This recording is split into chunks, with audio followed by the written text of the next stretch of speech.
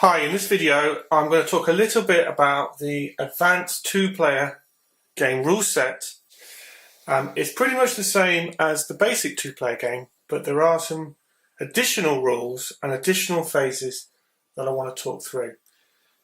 In this example we have two-player game. I've set it out with 3 battle groups fighting against each other, and I'm going to use this as an example to highlight and talk through the additional rules.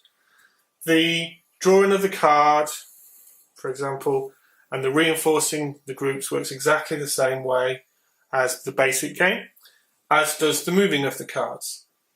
There is one new rule though when it comes to moving cards and activating any cards on the German side, and it's a rule specifically for the German side. Anytime you move a German vehicle from one group to another, or you roll a dice for a German vehicle, so if in combat or anything, and you get a 1, that card is broken down. And this rule represents that during the war, the unreliability of the German vehicles, or the poor training of the crew, or sometimes it's the mechanical design of the vehicles, when they were prone to breaking down and often inactive. And that rule represents this. So, for example, if in the German player's turn they want to move this Panzer 4 card from this group to that group, they have to roll a dice, and if they get a 1, that card is broken down. At the end of the phase, at the end of the turn, there is a repair section where they can try and repair that card. So German unreliability, broken down cards is an additional rule to the advanced game, and that's completely covered in the rule set. So the way combat works in the advanced game is similar to the basic game, but with the inclusion of a few extra rules. In combat, in the advanced game, you have 2 types of combat. You have ranged combat and close combat. And the way that the combat works in advanced rules is like this, and I'll give this example here. So let's say this paratrooper is targeting this German infantry card here. You need to get a 4 to hit it, just like the basic rules. And if you hit it, then that card is shaken, and you rotate that card 90 degrees to show that it's shaken.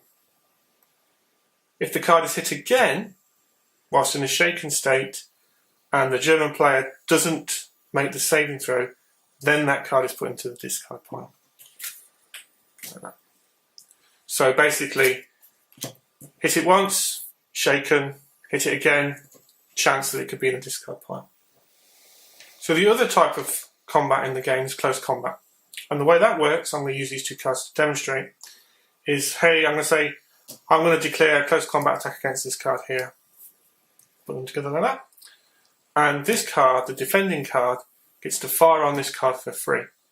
So it needs a 4 to hit. So let's say, for example, it gets a 5.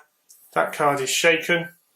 It can still continue. This card can still continue the combat, but it is in a shaken state.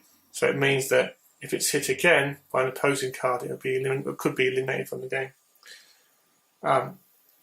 If this card then continues its combat, let's say, for example, that I go, hey, I'm going to attack, close combat, and this card gets a 2, so it's a straightforward combat.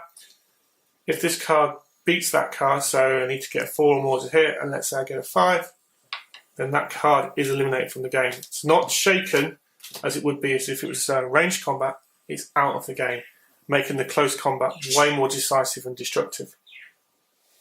The 6th phase of the advanced game is the repair phase, and this is the repair phase really for the German player, so it's only really applicable in the German player's turn, to try and repair any German tanks or vehicles that are broken down. So, let's suppose this Panzer 4 card here is broken down.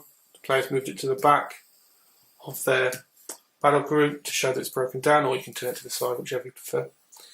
And it's broken down because in the combat it's fired at another card and got a 1. Anytime this card gets a 1, on any dice roll, it's broken down.